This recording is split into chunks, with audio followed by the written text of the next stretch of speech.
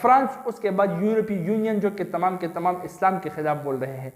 یہ کہہ رہے ہیں یہ مامو لوگ کہ یہ اسلاموفوبیا کی جگہ ریلیجیوفوبیا ہونا چاہیے. اب دیکھو کس طرح سے معصومانہ چہرہ بنا کر یہ کہہ رہے ہیں کہ یہ ریلیجیوفوبیا ہونا چاہیے، اس لیے کیونکہ دنیا کے اندر صرف اسلام ہی تو مذہب نہیں ہے. یہ تو اسلام کو ہم ترجیح دے رہے ہیں. کرسچینٹی بھی مذہب ہے، ہندوتوا بھی مذہب ہے، جینزم بھی مذہب ہے، بہت سے مذاہب موجود ہیں. 6000 کے چھوٹے موٹے مذاہب ملا کر تو 6000 تقریباً بنتے ہیں. تو تمام کے تمام مذاہب ہو تو ہم صرف اسلام کو کیوں ترجیح دینا چاہیے؟ ہمیں چاہیے کہ ہم ہر ریلیجن کے بارے میں ایکول تھاٹس رکھیں. تو اس لیے یہ ڈے ریلیجیوفوبیا ہونا چاہیے. اب جب یہ بات ایک عام آدمی سنے گا تو اس کے دماغ میں یہی آئے گا کہ ہاں یار بات تو ٹھیک ہے، تمام مذاہب کو ایک ہی نظر سے دیکھنا چاہیے. کیوں اسلام کو ہم فری میں اتنی ترجیح دے رہے ہیں کہ 15 مارچ اسلاموفوبیا کا ڈے ہوگا، دوسرے ریلیجن کا نہیں؟ تو دیکھو ایگزامپل سے سمجھاتا ہوں، بہت ہی سمپل ایگزامپل سے. 29 ستمبر جو ہے، 29 ستمبر یہ ایک انٹرنیشنل ڈے ہے. کس چیز کا؟ ہارٹ ڈیزیز کا. ہارٹ ڈیزیز انٹرنیشنل ڈے، ٹھیک ہے. دل کی بیماری کا انٹرنیشنل ڈے وہ 29 ستمبر ہے. اس 29 ستمبر کے دن میں دل کی بیماری سے کیسا بچا جا سکتا ہے، یہ اویئرنیس ایک عام بندے تک پہنچے گی. کس طرح سے ہم کون سا لائف سٹائل اختیار کریں کہ دل کی بیماریوں سے بچے، کیونکہ بہت سے لوگ دل کی بیماریوں سے مر رہے ہیں اور یہ ریشیو بڑھ رہی ہے. تو 29 ستمبر اس کا عالمی دن قرار پا گیا. اب اگر میں خود کو فری میں ڈاکٹر بناؤں اور آؤں یہاں پر یونائٹڈ نیشنز میں کہوں کہ یہ 29 ستمبر کو ہارٹ ڈیزیز ڈے کیوں ہے؟ ہارٹ ڈیزیز ڈے کیوں ہے؟ یہ ہارٹ تو ڈیزیز، ہارٹ اٹیک تو ایک ڈیزیز ہے. کیوں؟ یہ بخار، یہ کانسی، یہ گردے، یہ کلیجے، اس میں بیماری نہیں پڑتی. یہ سارے بیماریاں نہیں ہے. اس طرح تو ہزاروں لاکھوں بیماریاں ہیں، وہ بیماریاں نہیں ہے تو بیماریاں ہیں نا. اور ہر بیماری کہتے ہیں ڈس ایز کو، اب نارملٹی، ڈس ایز یہ انسان کے لیے معذر صحت ہے. تو کیوں نہ صرف ہم ہارٹ اٹیک کو جو یہ ترجیح دے رہے ہیں، یہ ترجیح ہم تمام بیماریوں کو دیں. ہارٹ ڈیزیز کے بجائے ڈیزیز انٹرنیشنل ڈے کر لے 29 ستمبر کو. تو یہی سیم بات آ گئی جو یہ لوگ کہہ رہے ہیں کہ 6000 مذاہب ہے، ریلیجیوفوبیا ہونا چاہیے، اسلاموفوبیا نہیں. میں بھی کہہ رہا ہوں کہ ہزاروں لاکھوں بیماریاں ہیں تو ڈیزیز انٹرنیشنل ڈے ہونا چاہیے، ہارٹ ڈیزیز انٹرنیشنل ڈے نہیں. لیکن اس سے کیا ہوگا؟ دیکھو ہزاروں لاکھوں بیماریوں کو ایک ڈاکٹر بھی اچھی طرح سے اسٹڈی نہیں کر سکتا. ہر بیماری کے آپ خود جانتے ہیں اپنے اسپیشلسٹ ہوتے ہیں. تو عام آدمی کیسے پہچانے گا؟ کس طرح سے اویئر ہوگا؟ اور اگر وہ اویئرنیس ایک عام آدمی تک نہیں پہنچے گی تو اس دریا میں جو ڈیزیز انٹرنیشنل ڈے ہے اس کے اندر ہارٹ اٹیک کا جو انٹرنیشنل ڈے تھا وہ ڈوب کر مر گیا.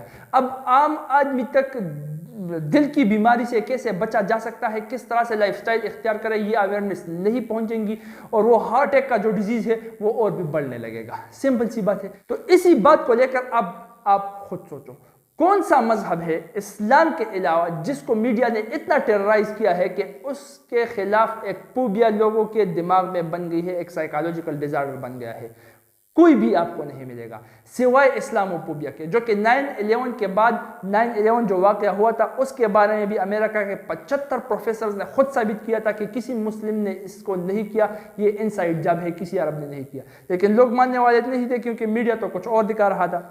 اور اس کے بعد مغربی میڈیا ہو چاہے غیر مسلم جتنا بھی میڈیا ہے اس نے اسلام کو اتنا ٹیررائز کیا کہ لوگوں کے دماغ کے اندر یہ اسلاموفوبیا نامی بیماری جنم لینے لگی. وہ اسلام سے ڈرنے لگے کہ اسلام کیا چیز ہے. تو ہم یہ نہیں کہتے کہ اسلام کی صفتیں اس دن پر کرو، کم از کم لوگوں کو حقیقت تو پہنچاؤ کہ اسلام حقیقت میں کیا ہے، میڈیا کیا دکھا رہا ہے.